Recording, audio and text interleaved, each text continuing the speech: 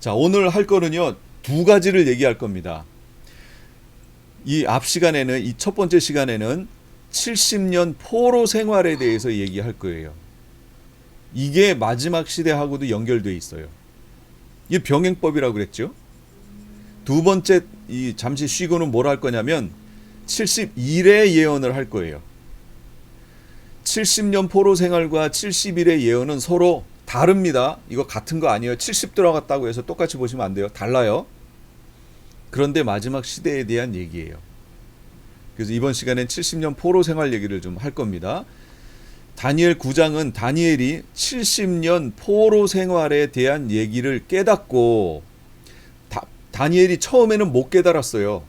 자기들이 바벨론으로 끌려갔잖아요.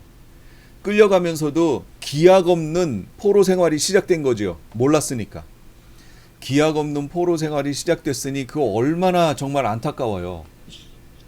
회복된다는 소망도 없고, 지금 그러고 타지에 가서, 이방 나라에 가서 포로로 잡혀 있는 거 아니에요. 볼모로 지금.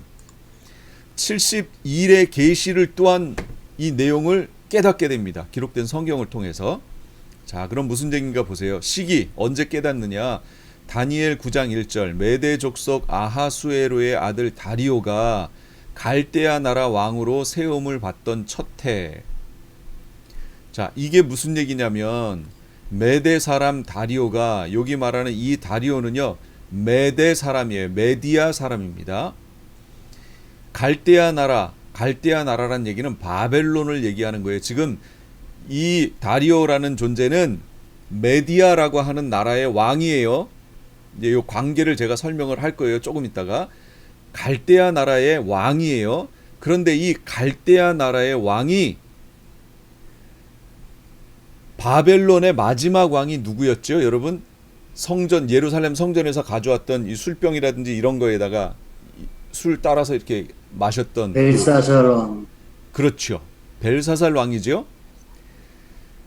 벨사살 왕이 바벨론의 마지막 왕이에요.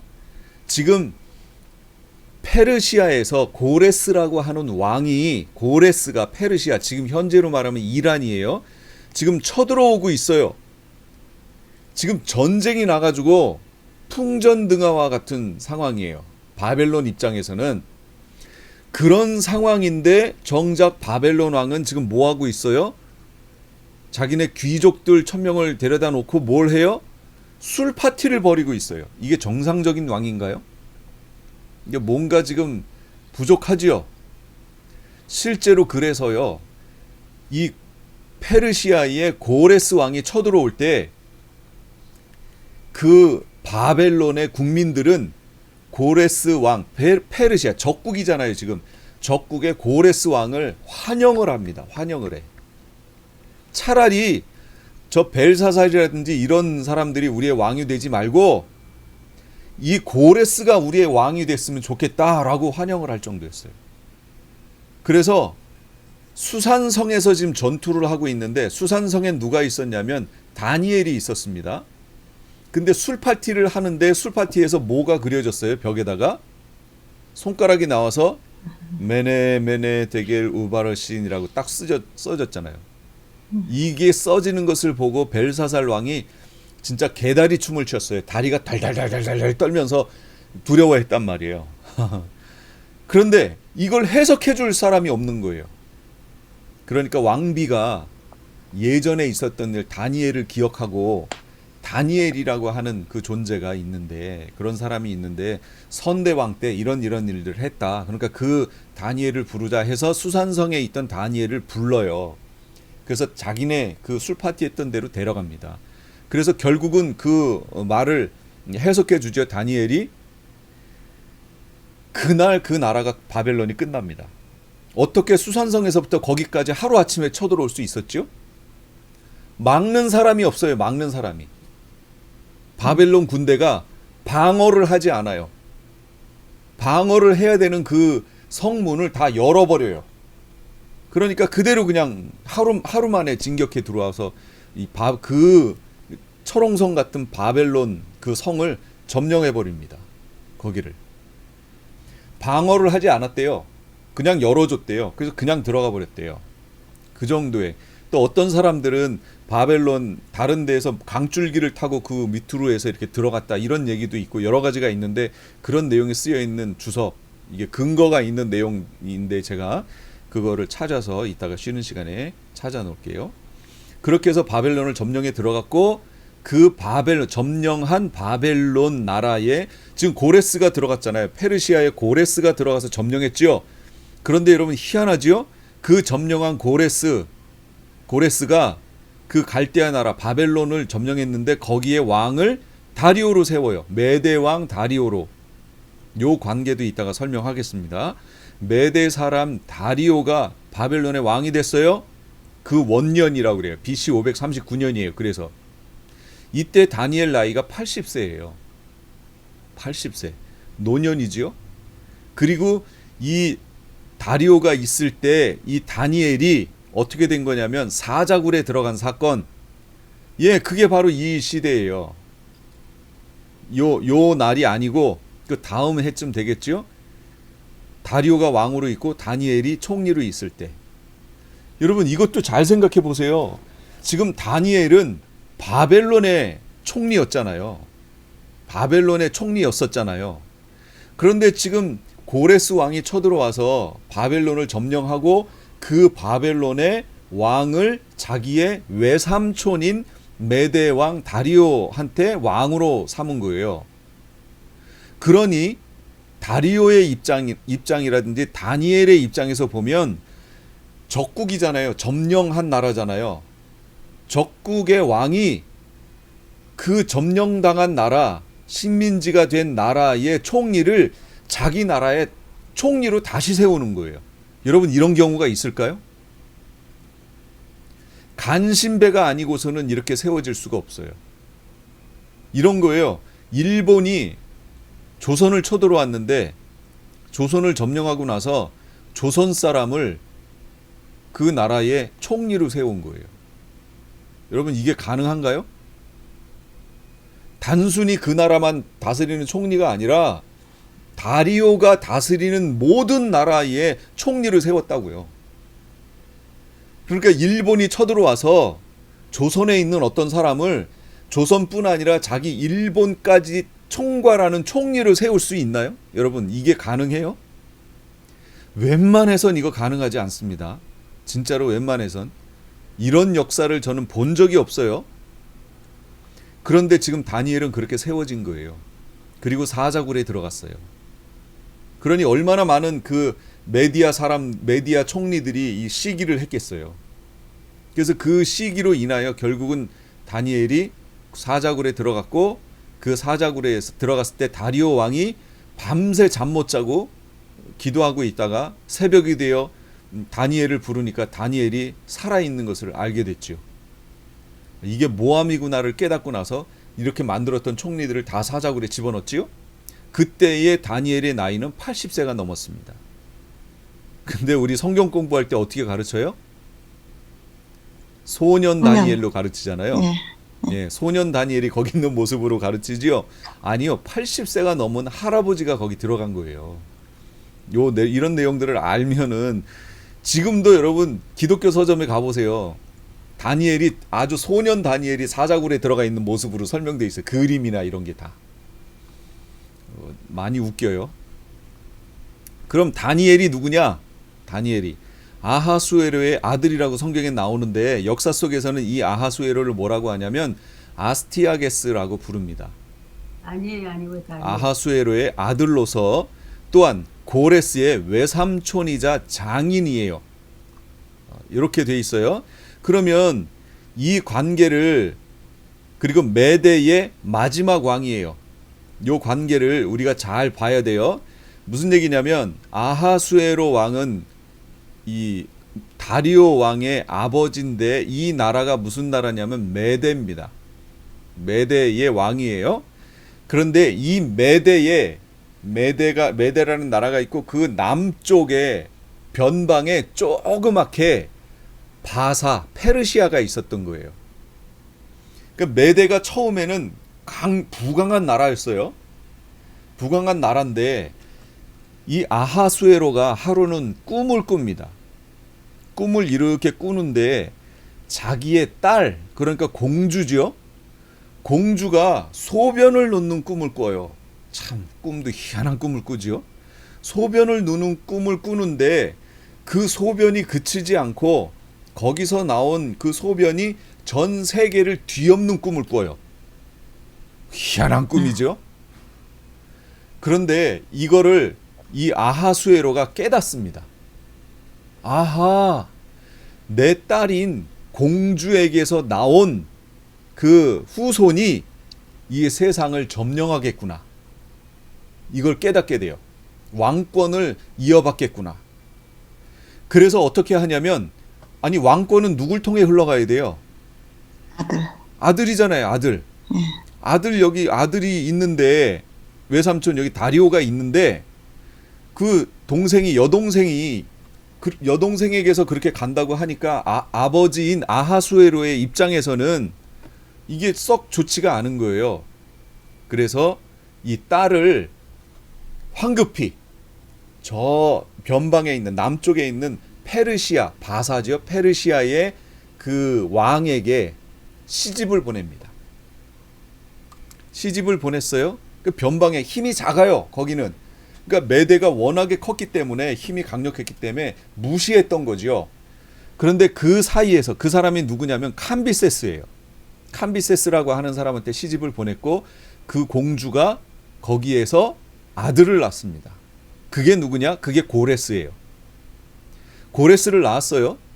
그런데 이 아하수에로라고 하는 이 아스티아게스라는 이 사람이 다시 꿈을 꿨는데 자기 딸, 시집 보낸 딸에게서 다리에서 나무가 자라나기 시작해요.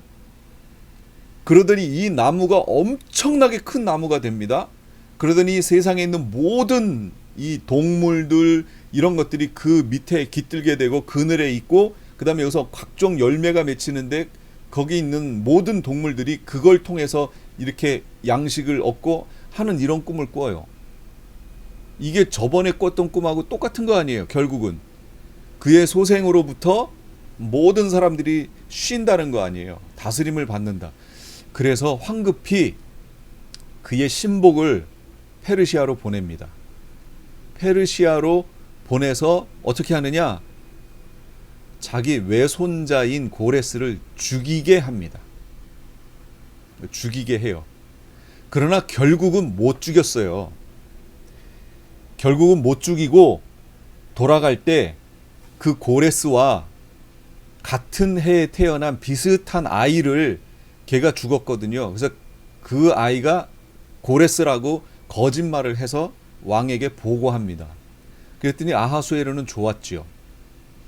그런데 계속해서 꿈자리가 사납고 이상해요. 나중에 밝히는데 사실은 고레스가 살아있다라는 걸 알게 돼요. 그랬더니 차라리 죽이는 것보다 그 나라에 두는 것보다 자기 옆에 두고 감시하는 게 낫겠다. 그래서 메대로 데려갑니다. 고레스를 데려갔어요. 데려갔는데 아하수에로의 아들인 이 다리오가 고레스에게는 외삼촌이죠. 자기 엄마의 오빠잖아요. 이 다리오가 자기 조카인 고레스를 아주 너무 사랑하는 거예요. 자기 여동생의 아들이니까 너무 극진히 사랑해주고 보살펴주고 정말 아버지처럼 그렇게 대해줍니다. 그래서 고레스도 외삼촌인 다리오를 친아버지처럼 여기고 그를 따르고 그리고 또 이 다리오라고 하는 사람이 인격이 괜찮았나 봐요.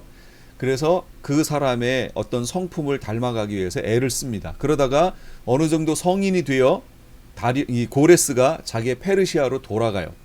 그리고 페르시아의 자기 아버지 캄비세스 1세가 돌아가신 후에 페르시아의 왕으로 자리를 잡습니다. 그때부터 이 고레스가 정복전쟁에 나서기 시작하는 거예요.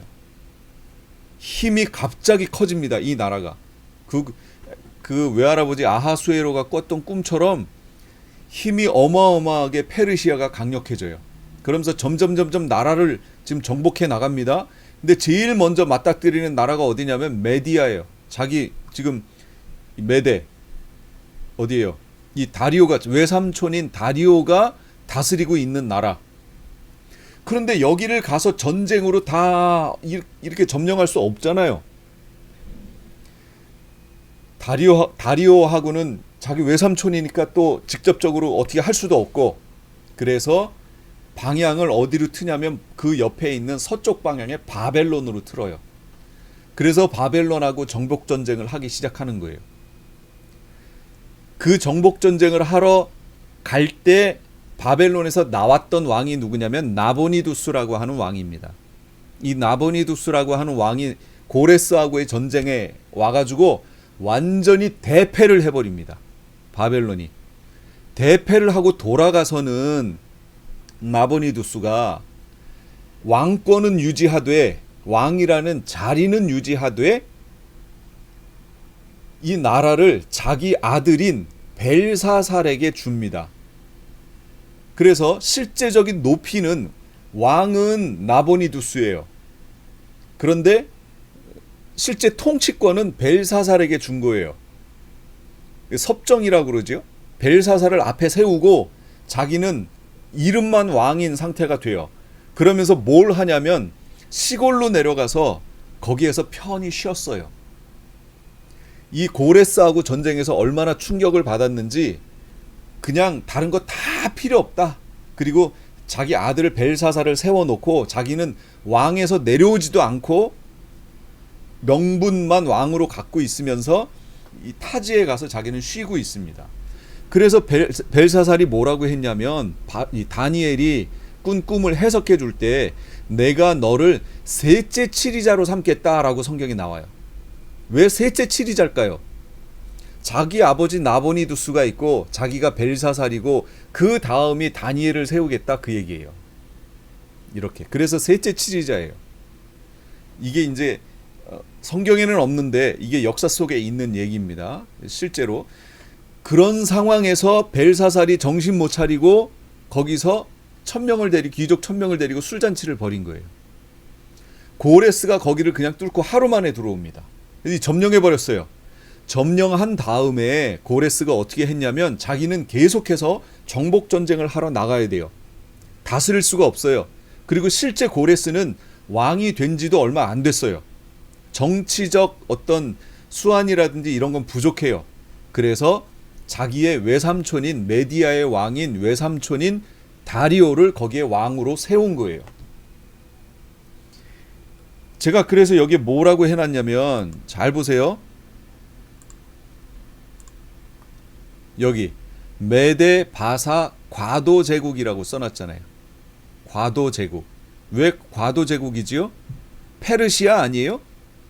페르시아인데 여기 자리를 전쟁은 고레스가 했고 그 왕권을 그 외삼촌인 메데 나라의 외삼촌에게 준 거예요.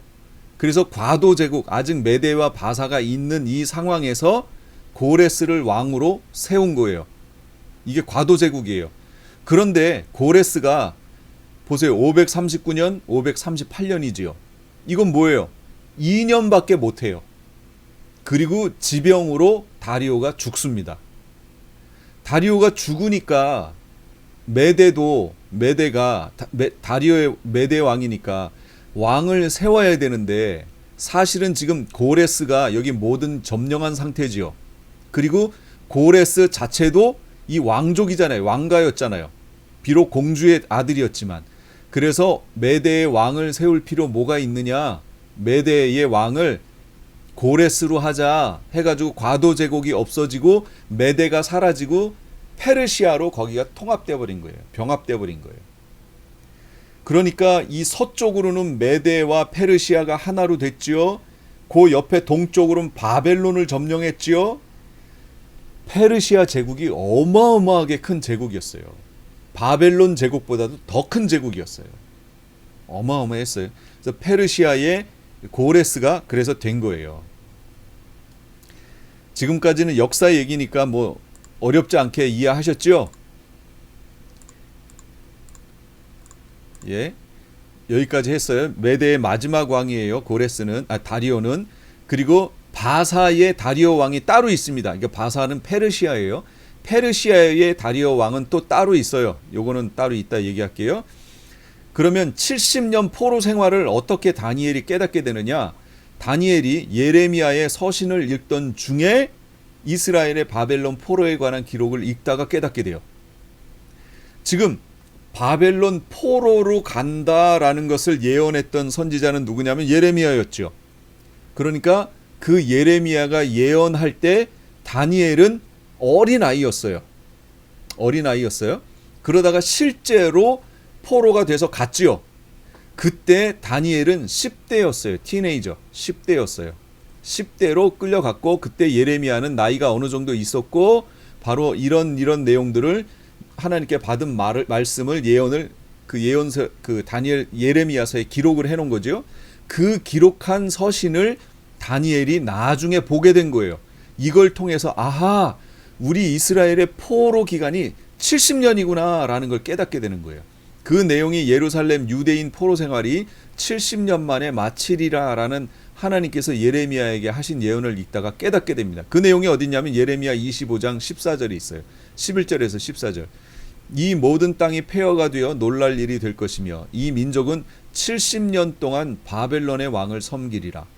여호와의 말씀이니라. 70년이 끝나면 내가 바벨론 왕과 그의 나라와 갈대인의 땅을 그 죄악으로 말미암아 벌하여 영원히 폐허가 되게 하며 내가 그 땅을 향하여 선언한 바 곧 예레미야가 모든 민족을 향하여 예언하고 이 책에 기록한 나의 모든 말을 그 땅에 임하게 하리라.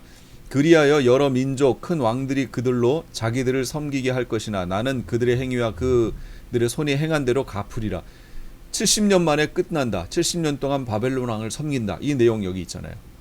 이걸 다니엘이 읽고서 아하, 우리의 포로 생활이 70년 만에 끝나는구나. 이걸 깨닫게 됩니다. 그럼 70년 포로 생활의 시작과 끝은 무엇을 기준으로 해야 되느냐? 이제 이 문제가 들어가는 거예요. 이 문제가 아주 심각합니다. 잘 보세요. 곧 그 통치 원년에 나 다니엘이 책을 통하여 통치 원년 다리오 원년에 책을 통해 여호와께서 말씀으로 선지자 예레미야에게 알려주신 그 연수를 깨달았다. 곧 예루살렘의 황폐함이 70년 만에 그치리라 하신 것이니라. 예레미야 29장 10절. 여호와께서 이와 같이 말씀하시니라. 바벨론에서 70년이 차면 내가 너희를 돌보고 나의 선한 말을 너희에게 성취하여 너희를 이곳으로 돌아오게 하리라. 이 깨달은 거예요. 그러면 이제 70년을 우리가 언제로 잡아야 하느냐라는 문제가 생겨요. 이 부분도 성경에 하나님이 구원하시는 구속사의 큰 그림을 보고 이거를 이해해야 돼요. 그렇지 않으면 이 부분을 오해합니다. 오해하고 성경 해석을 어떻게 바꿔버리냐면 상징이라는 말로 해석해버려요. 아주 안 좋은 습관이 성경 해석하는데 있게 돼요. 무슨 얘기인가 보세요. 자, 세 차례 포로로 잡혀갑니다. 바벨론 포로 갈 때 세 차례에 가요. 어떻게 되냐면 첫째, 1차 포로는 605년 다니엘과 세 친구 뿐만 아니라 왕족과 관련되어 있는 이들이 끌려갑니다. 이거는 몇 명밖에 안 가요. 몇 명. 2번, 두 번째 2차 포로는 언제냐면 597년이에요. 에스겔과 10,000명이 사로잡혀 갔어요. 이때. 여러분, 에스겔서는 이렇게 끌려간 후에 기록된 예언의 말씀이에요. 에스겔서. 그러니까 에스겔과 다니엘은 동시대에 비슷한, 그러니까 바벨론에서 살았던 이들이에요. 그 다음에 3차 포로는 언제냐면 BC 586년. 여러분, 이 숫자는 기억해 두시는 게 좋아요. 586. 저는 586을 어떻게 기억하냐면 옛날에 컴퓨터 나올 때 386, 486, 586 컴퓨터 있었잖아요. 그래서 그 중에 586 컴퓨터에서 586 외웁니다. 그럼 안 잊어버리니까. 586이 왜 중요하냐면 느부갓네살 왕이 쳐들어와서요, 모든 유대인들을 다 사로잡아 간 거예요. 바벨론으로. 그리고 이때 있었던 일이 뭐냐면, 중요한 특징이 뭐냐면 예루살렘 성전이 이때 완전히 불타서 파괴된 거예요. BC 586년에. 이거 기억해 두셔야 돼요. 그래서 교회사와 세계사에서 사용되는 실제 남유다 멸망 연도, 이게 586이에요.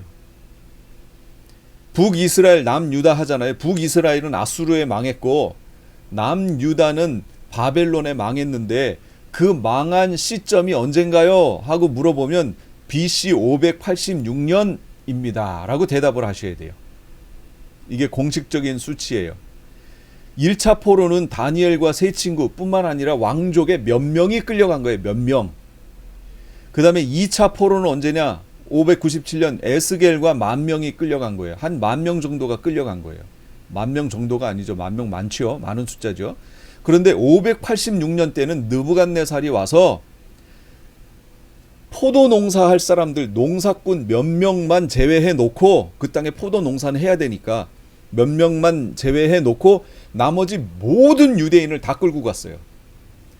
그러니까 바벨론에 포로로 가기 싫어했던 사람들은 어떻게 했냐면 애굽으로 도망갔어요. 애굽 땅으로, 그 반대 방향 애굽 땅으로 도망갔어요. 자, 이런 일들이 바로 586년에 있었던 일이에요. 그러면 포로로 끌려갈 때도 세 차례 포로로 끌려갔지만 귀환할 때도, 돌아올 때도 세 차례 귀환합니다. 1차 포로 귀환은 538년 페르시아 왕 고레스 원년. 고레스가 왕이 되자마자 그 원년에 성전 건축령을 내려요. 이 성전 건축령을 내리는 이 명령이 고레스의 원통이라고 하는 자기로 만든 원통형이 있어요. 원통형. 여기에 빽빽하게 글씨가 쓰여 있는데 이것이 발견됐습니다. 고고학에서 이게 발견됐어요. 근데 거기에 써 있는 문구가 고레스가 예루살렘에 성전을 지으라고 하는 그 명령이 거기에 내려진 내용이 거기에 나와요. 그래서 고레스 원년에 귀환합니다. 예루살렘에 가서 성전을 짓기 원하는 이들은 다 귀환하라고 해서 귀환을 해요. 이때 바로 수룹바벨이 이때 1차 귀환을 한 거예요. 수룹바벨과 함께 1차 귀환했어요. 성전 건축하려고 간 거예요. 자, 2차 귀환 때는 458년 에스라를 통해서 귀환한 거예요. 에스라가 성전에 에스라는 누구냐면 율법의 완전한 학자 겸 제사장 에스라거든요. 그런데 성전에서 율법책을 찾아내요. 이 율법책을 이때 귀환했던 이들에게 읽어줘요. 통곡이 일어났죠. 통곡이. 말씀 회복 운동을 합니다. 2차 귀환은 바로 에스라를 통한 말씀 회복 운동이에요. 3차 포로 귀환은 445년이에요. 느헤미야가 예루살렘으로 돌아와서 52일 만에 성벽을 재건합니다. 성벽을 재건한 거예요. 자, 1차 포로 때는 수룹바벨이 와서 성전 재건을 하려고 했던 거고 2차 포로 귀환은 에스라를 통해 와서 말씀 회복 운동을 한 거고 3차 포로 귀환은 느헤미야는 바로 페르시아의 왕의 이 술 따르는 관원장이잖아요. 술 따르는 술 따른다고 그래서 여러분 이 천하게 보시면 안 됩니다. 술은 아무나 따르는 게 아니에요. 그 당시 독살도 있을 수 있잖아요. 그러니까 암살하는 경우가. 그렇기 때문에 왕이 최대로 신뢰하는 사람이 그 자리에 서는 거예요. 아무나 세우는 게 아닙니다. 그러니까 왕의 신복이라고 얘기할 수 있어요. 느헤미야는 그 당시 페르시아의 신복과 같은 역할을 했던 게 바로 느헤미야고 그 느헤미야에 의해서 예루살렘에 돌아와서 성벽을 재건하는 일을 했어요. 성벽이에요. 성벽. 그래서 하가랴의 아들 느헤미야의 말이니라 아닥사스다 왕 제20년 기슬루월에 내가 수산궁에 있는데 이렇게 되죠. 수산궁에 있으면서 예루살렘의 성전이 완전히 파괴됐다는 소식을 들어요. 그러면서 너무 속상해해요. 얼굴에 근심이 가득해요. 왕에게 술을 따르는데 얼굴에 근심이 가득해요. 그러니까 이 아닥사스다 왕이 느헤미야를 보고 얼굴에 왜 수심이 가득하냐라고 그걸 알아볼 정도로 그렇게 됩니다. 그랬더니 이 느헤미야가 이런 사정 얘기를 다 하고 자기를 보내서 자기 조국에 가서 저 성전을 건축할 수 있도록, 성을 건축할 수 있도록 해달라고. 그래서 이 아닥사스다가 이 느헤미야를 신뢰하기 때문에 느헤미야를 보냅니다. 그래서 실제 가서 52일 만에 성벽을 재건했어요. 성벽을 재건했다는 얘기는 예루살렘 성을 중건했다는 얘기를 말하는 거예요. 자, 이렇게 세 차례인데요. 페르시아 왕들의 흐름을 제가 잠깐 보여드릴게요. 다리오 왕, 메대의 다리오 왕, 고레스 왕의 외삼촌인 다리오 왕, 539년에서 538년, 이때에 70일의 예언을 다니엘이 받았고요. 이때에 그 다음 해에 다니엘이 사자굴에 들어간 사건이에요.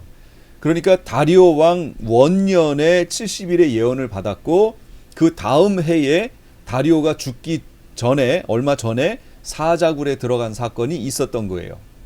요게 이제 이때 얘기고, 그 다음에 이 다리오가 그냥 병사하는 바람에 고레스가 메대까지 합병하여 통합 왕이 된 거지요. 그래서 바벨론까지 다 해가지고 왕이 됐어요. 그럼 되자마자 1차 포로 귀환을 시켜요. 이스라엘 사람들을. 수룹바벨을 통해 포로 귀환시켰죠. 그게 538년 성전 건축령을 내려요. 이때. 그래서 성전 건축이 시작되다가 536년에 성전 건축이 중단됩니다. 여러분 성경 보시면 다 알겠지만 아비야하고 도비야 이런 사람들이 성전을 못 짓게 회방하지요. 예, 회방해서 결국 성전 건축하는 것이 중단돼 버려요.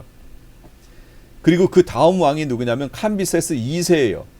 왜 2세냐면 고레스의 아버지가 캄비세스 1세였잖아요. 그러니까 아들이 이제 캄비세스 손자가 2세가 된 거예요. 2세가 됐는데 이 캄비세스는 뭘 했냐면 애굽을 점령했어요. 애굽. 요 전까지 고레스 시대까지는 어디까지 갔냐면 예루살렘 위쪽에 있는 바벨론 점령하는 데까지만 했어요. 그러니까 캄비세스 때에 그 밑에 아프리카로 내려가서 이집트를 애굽을 점령하는 데까지 한 거예요. 그러니까 나라가 어마어마하게 커졌죠. 애굽까지 점령해 버렸으니 얼마나 커진 거예요? 그러다가 이 캄비세스 2세가 죽습니다. 죽고요. 그 다음 왕이 누구냐면 제가 여기다 안 써놨어요. 스멜디스라고 하는 사람이 왕 위에 오릅니다. 스멜디스. 이 스멜디스는 이 거짓말쟁인데 스멜디스가 왕이 됐다가 거짓말로 왕이 됐어요.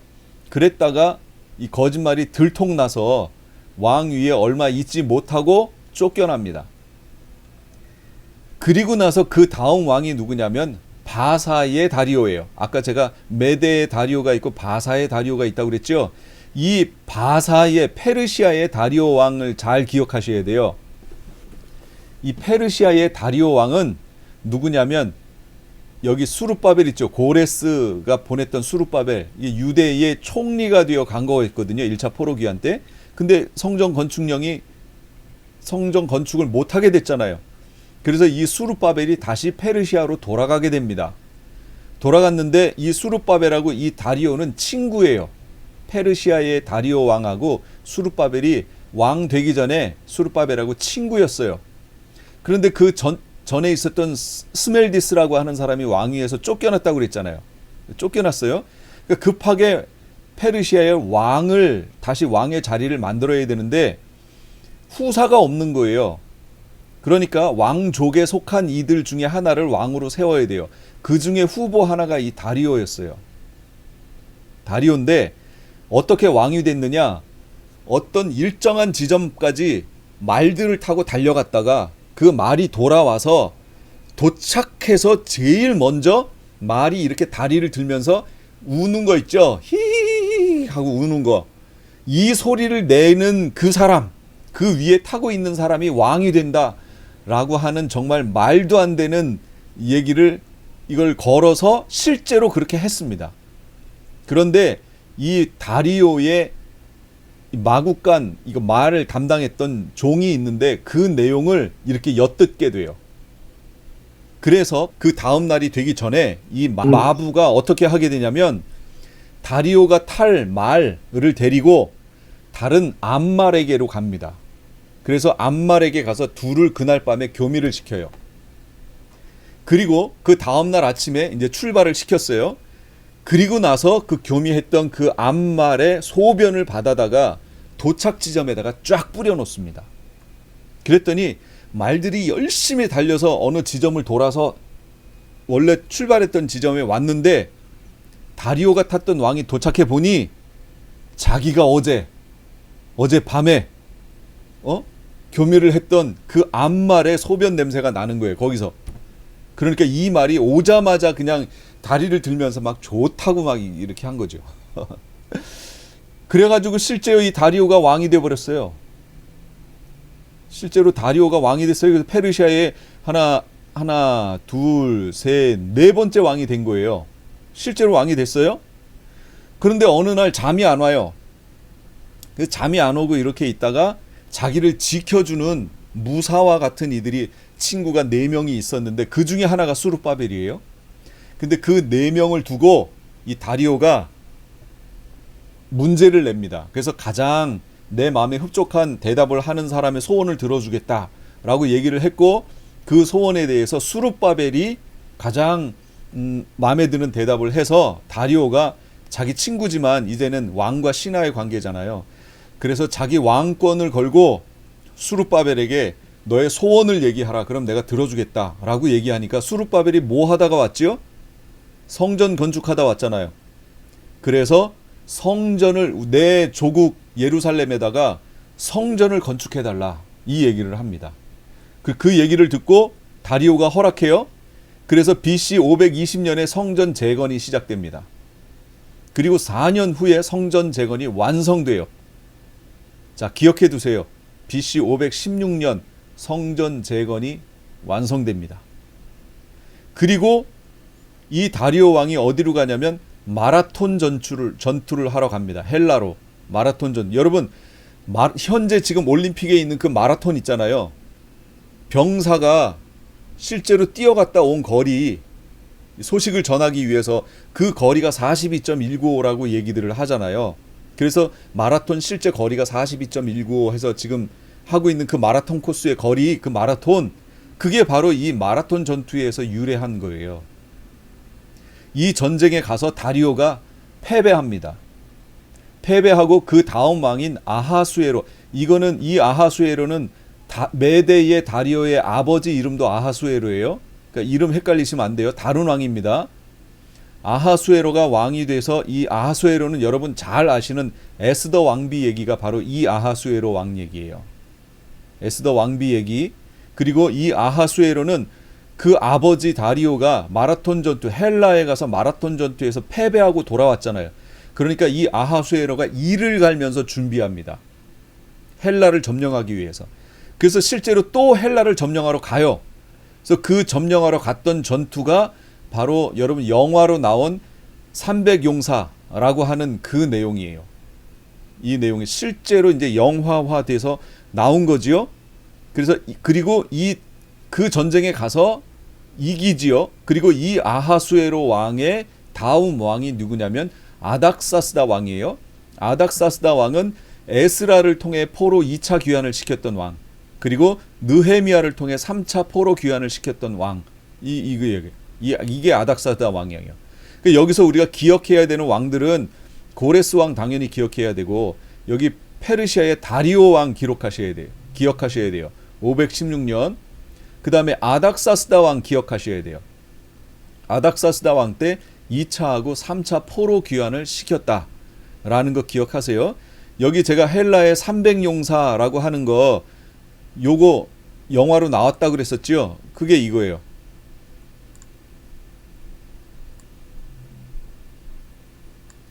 그러면 여기에 이제, 자, 여기에 보시면 아하수에로 왕이 나오죠.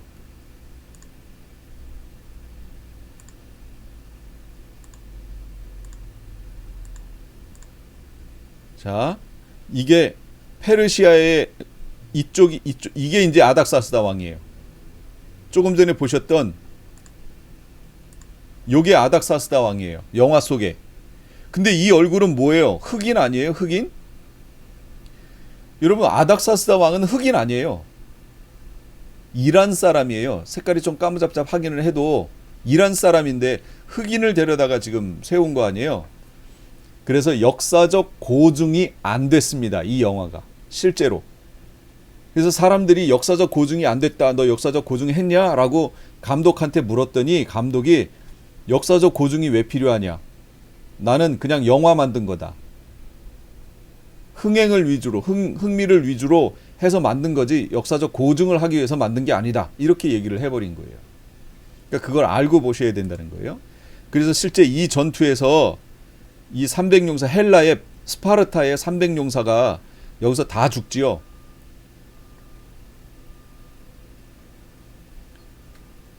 이게 헬라의 그 왕이에요.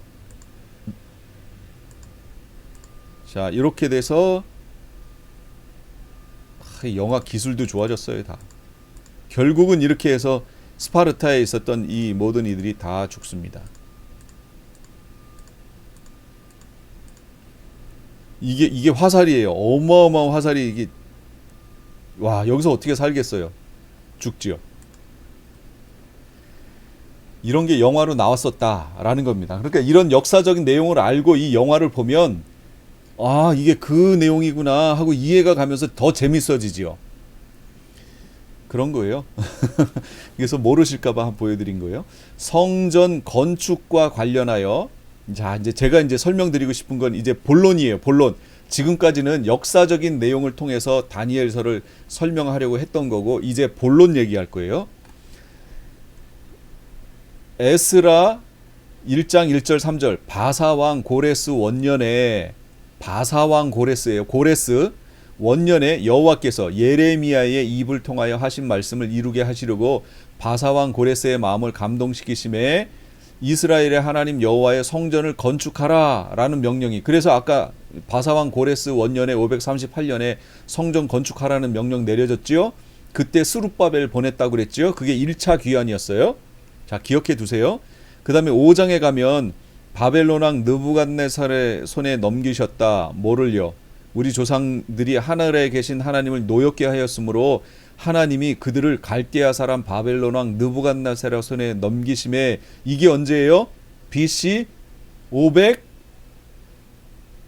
제가 기억하시라고 했죠. 386, 486 그 다음이요 586 BC 586년에 느부갓네살의 손에 넘기셨지요.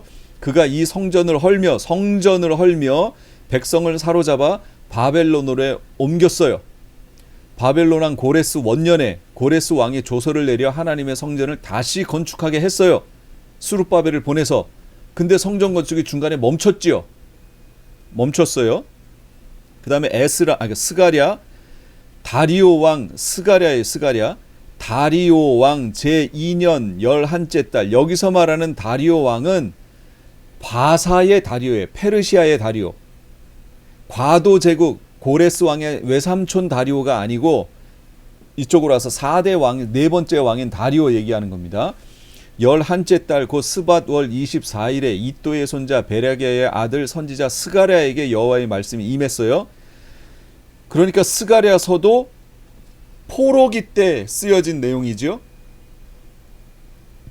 그 스가랴서 포로기 때 쓰여져 있는 이 스가랴서의 뒷부분으로 가면 예수님 재림 때 아마겟돈 전쟁 때의 모습이 기록이 돼 있어요. 놀랍습니다. 이 내용들이. 여호와의 천사가 대답하여 이르시되 만군의 여호와여. 잘 보세요. 누가 누구에게 말하는지 보세요. 여호와의 천사가 스가랴에게 여호와의 말씀이 임했는데 이제 12절에 여호와의 천사가 대답하여 이르시되 만군의 여호와여 여호와께서 언제까지 예루살렘과 유다 성읍들을 불쌍히 여기지 아니하시려나이까. 지금 누가 누구에게 말하는 거예요? 예, 여호와의 천사가 여호와에게 하나님께 지금 말하는 거예요. 언제까지 예루살렘과 유다 성읍을 불쌍히 여기지 아니하시겠습니까? 이를 노하신 지 70년이 됐습니다 라고 얘기하는 거예요. 뭔가 이상하지 않아요? 여러분 잘 보세요. 노하신 지 70년이 됐습니다 라고 했는데 그 해가 무슨 해라고요? 다리오 왕 제2년이에요. 다리오 왕 제2년에 70년이 되었습니다 라고 얘기해요. 그러므로 여호와가 이처럼 말하노라. 이제 하나님이 대답하시는 거예요. 내가 불쌍히 여김으로 예루살렘에 돌아왔은즉. 돌아왔다고요? 이건 무슨 얘기죠? 그럼 하나님이 예루살렘을 떠나셨었단 얘기죠. 떠나셨어요. 이제 돌아왔어요. 그랬더니 내 집이 그 가운데에 건축되리니. 그럼 내 집이 뭐예요? 성전. 아, 그러니까 성전이 없으니까 하나님도 안 계신 거네요. 그러니까 하나님이 돌아오시기 위해서 뭐가 필요해요?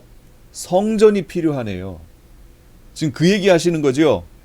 예루살렘 위에 먹줄이 쳐지리라. 만군의 여호와의 말이니라. 또 보세요.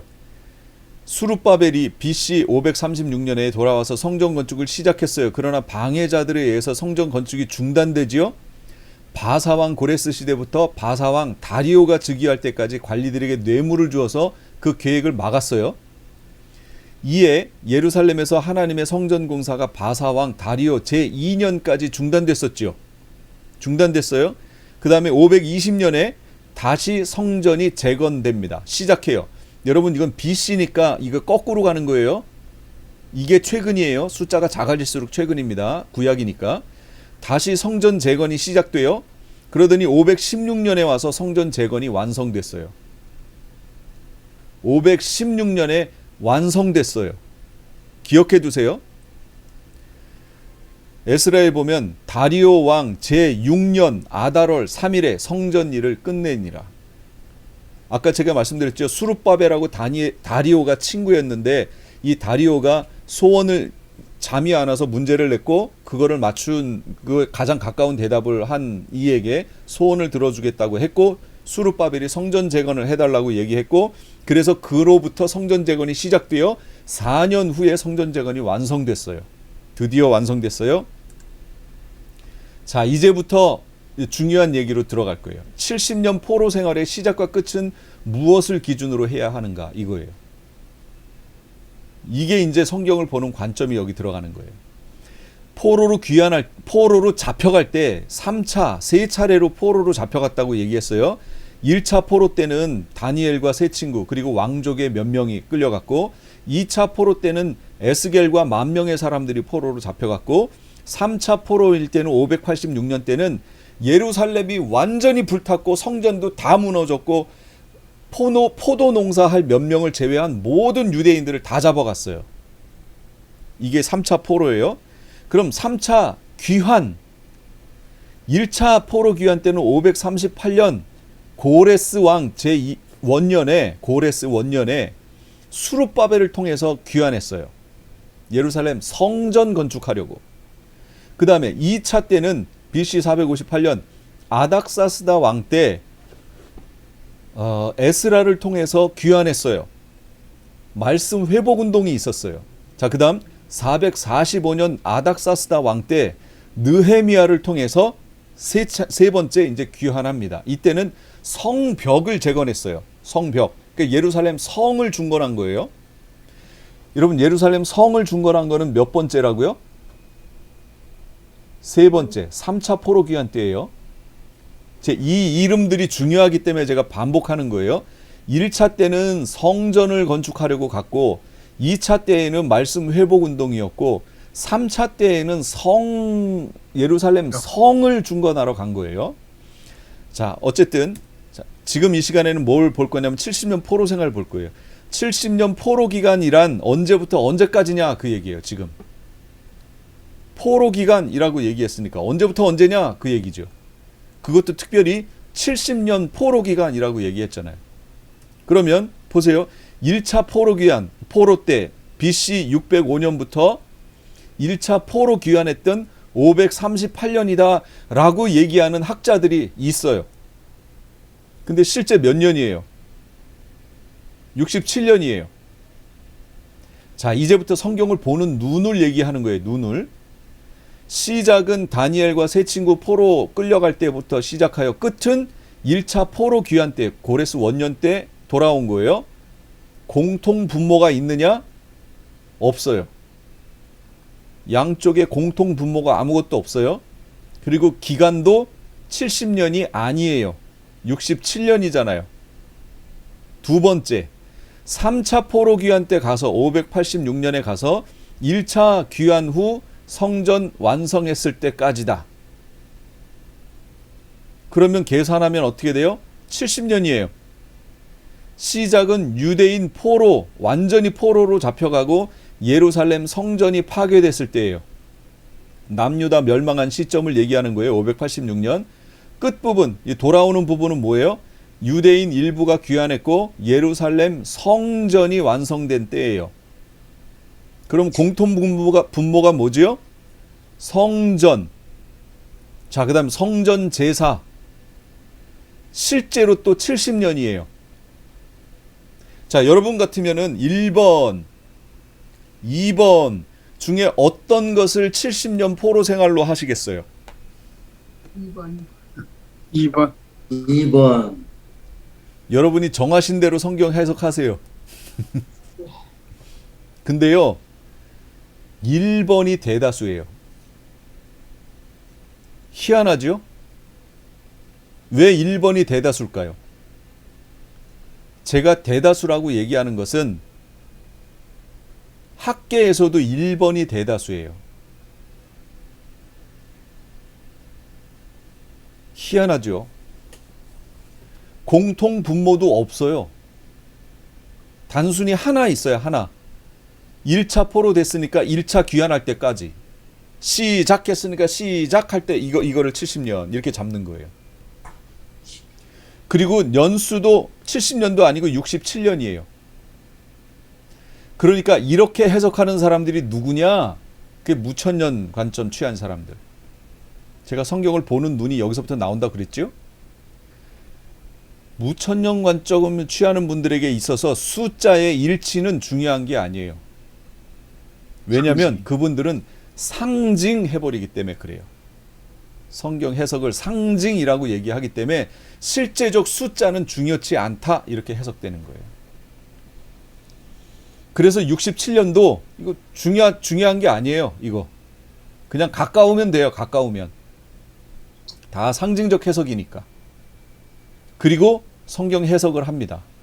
70년 포로 생활을 이렇게 놓고 보면 다니엘이 지금 이 서신의 내용을 쓸 때가 언제죠? 자, 보세요. 잠깐만요.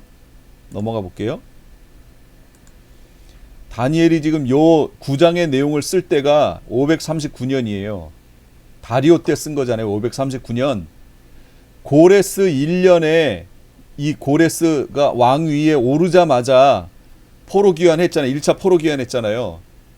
그러니까 다니엘이 이걸 쓰는 시점이 포로 귀환 바로 전년도란 얘기예요. 바로 전년도. 그때 가서 깨닫게 됐다 그 얘기입니다. 근데 아닙니다. 여기에는 중요한 내용이 들어가 있어요. 아주 중요한 내용이 여기에 들어가 있어요.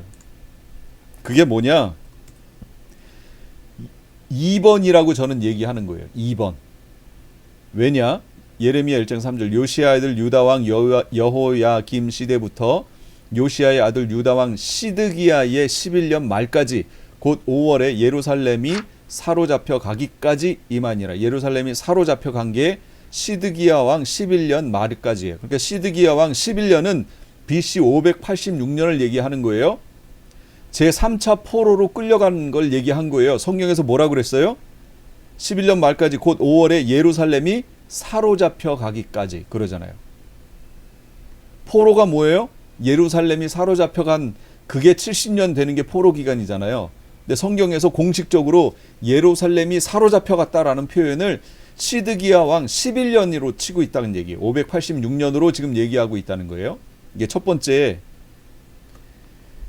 그로 말미암아 70년 포로 생활이란 하나님 임재의 상징인 성전의 있고 없음과 관계가 있어요.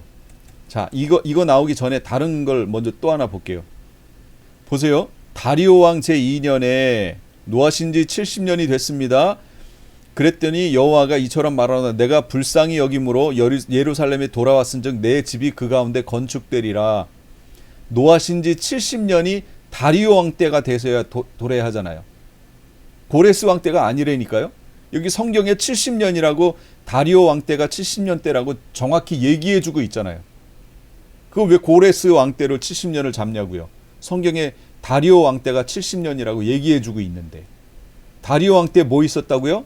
성전 재건 완성됐잖아요. 516년에. 아까 제가 그래서 기억해 두시라고 그랬죠.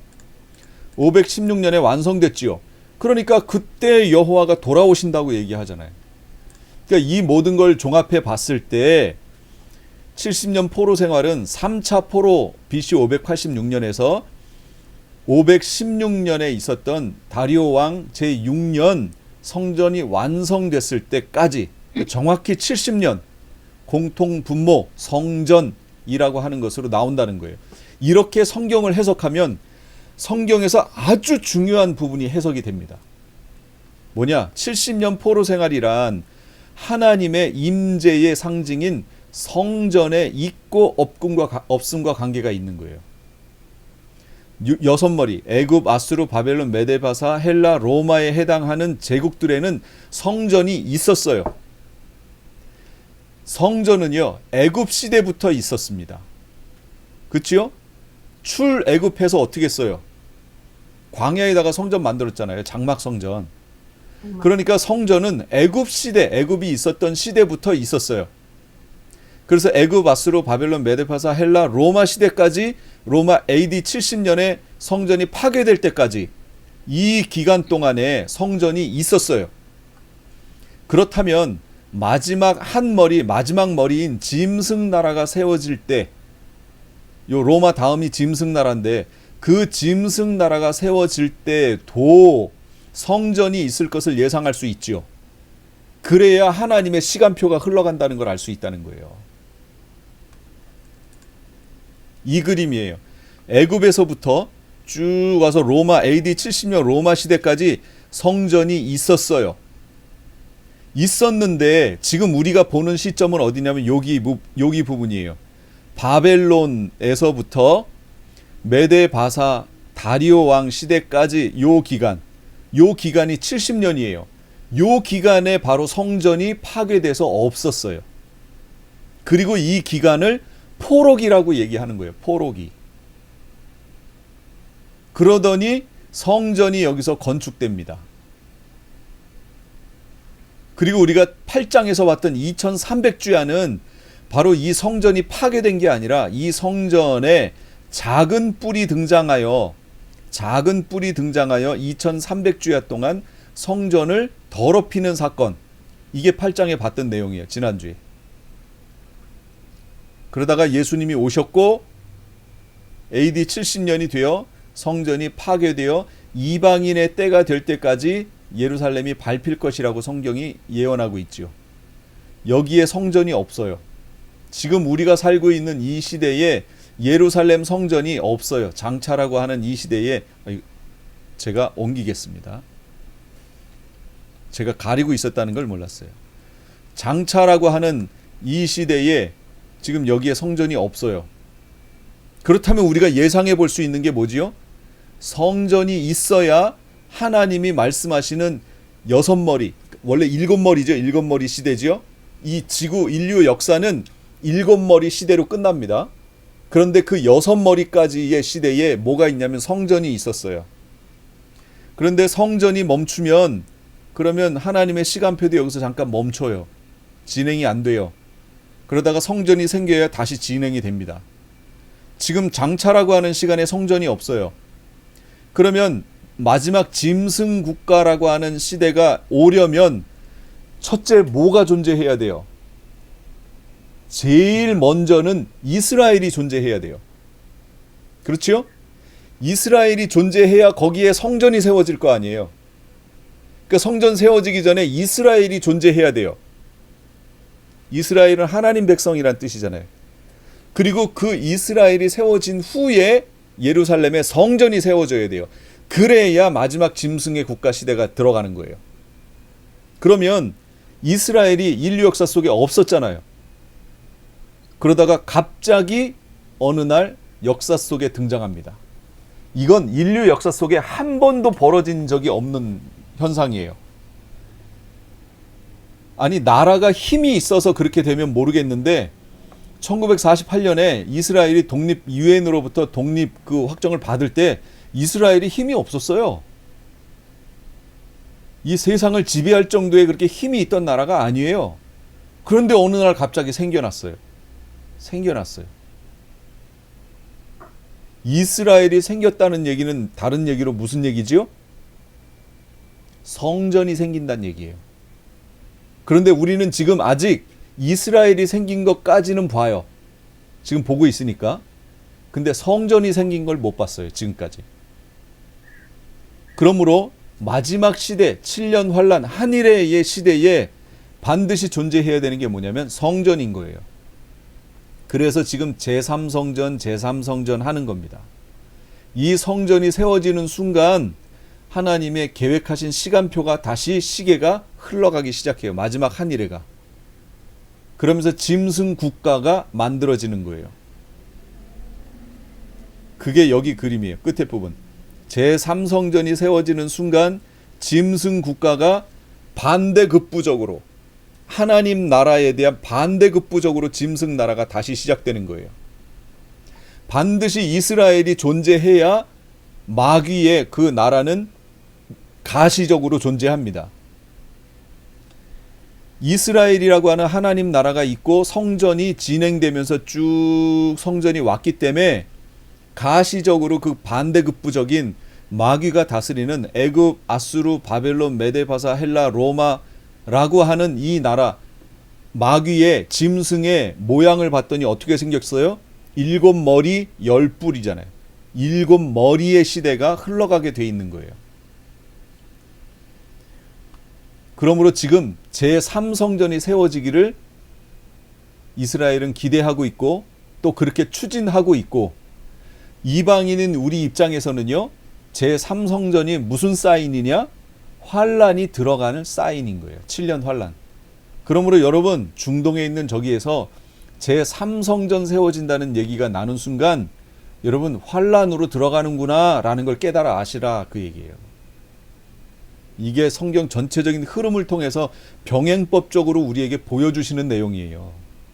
그런데 이걸 무시하고 67년 1차 포로 귀환, 1차 귀환 해서 간격이 67년인데도 이게 70년 포로 생활이라고 하고 숫자는 중요한 게 아니고 상징적인 해석이고 이렇게 해석해버리면 그 내용 속에 이런 내용은, 지금 제가 여기서 보여드린 이 내용은 하나도 없잖아요. 다 가려졌잖아요. 시간표로서의 이 해석이 다 가려져 버렸잖아요. 우리가 어느 지점에 와 있는지도 모르고. 그러니까 그 무천년적 관점으로 설교하시는 분들에게서는요, 마지막 시대에 대한 설교를 들을 수가 없어요. 지금 예수님 재림에 대한 설교를 들을 수가 없는 거예요. 성경을 보는 관점이 지금 잘못됐기 때문에, 한쪽으로 치우쳤기 때문에.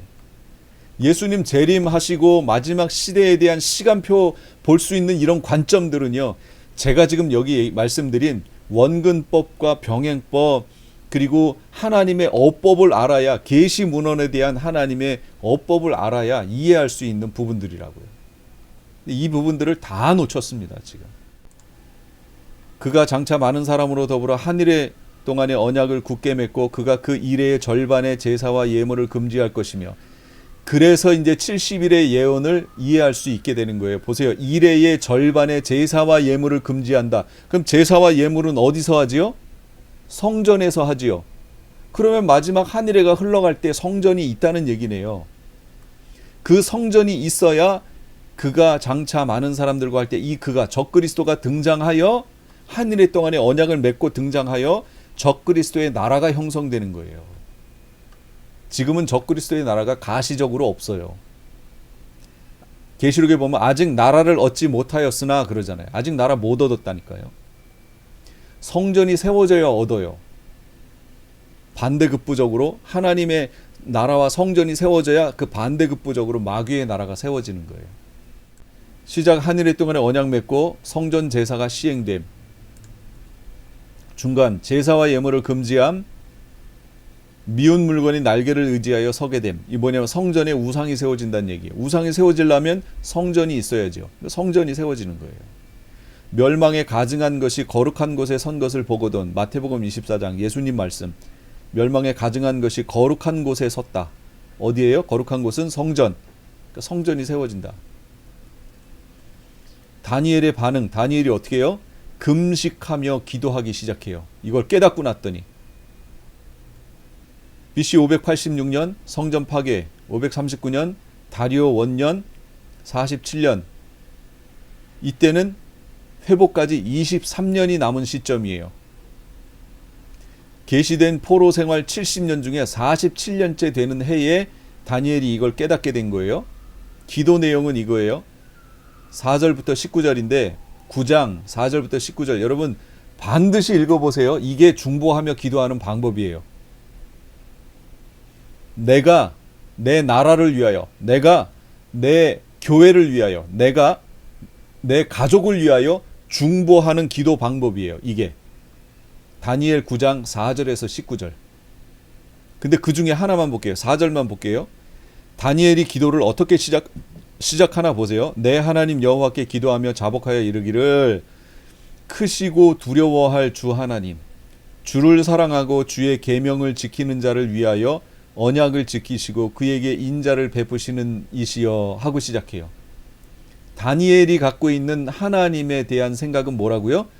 주를 사랑하고 주의 계명을 지키는 자를 위하여 언약을 지키시고 인자를 베푸시는 하나님이라는 거예요. 그러면 이 하나님이 잘못됐나요? 이 하나님이 맞지요. 어제나 오늘이나 동일하시잖아요. 그렇다면 우리도 어떻게 해야 돼요? 하나님에 대해서 어떻게 생각해야 돼요? 아, 주의 계명을 지키는 자를 위하여 언약을 지키시는 분이시구나로 깨달아 알아야죠. 그런데 왜 주의 계명을 다 무시하냐 그 얘기예요. 지금 믿음으로 구원 얻는다고 얘기하고 왜 계명을 다 무시해요? 그럼 주의 계명이 어떻게 주어져 있어요? 어떤 형태로? 율법이라는 형태로 주어져 있잖아요. 그런데 어떻게 율법을 다 무시하고 행위는 아무 소용없고 믿음으로 구원 얻는다고 얘기를 해요? 이 말이 뭔가 좀 문제가 있다는 걸 아시겠죠? 이건 심화 과정에서 제가 더 자세히 설명하겠습니다. 그래서 제가 야고보가 얘기한 관점으로 이해해야 된다고 자꾸 말씀드리는 거예요. 무슨 관점이요? 행함이 없는 믿음은 그 자체가 죽은 것이다. 라는 이 관점으로 성경을 이해해야 된다는 거예요. 그렇지 않고 믿음으로만이라고 얘기하면 그거는 거짓말이에요. 가짜예요. 여러분 잘못 이해한 거예요. 복음을 잘못 이해한 거예요. 자, 여기까지 하고요. 잠시 쉬었다가 이제 제일 중요한 71의 예언, 이거의 연장선상에서 71의 예언을 같이 보도록 하겠습니다.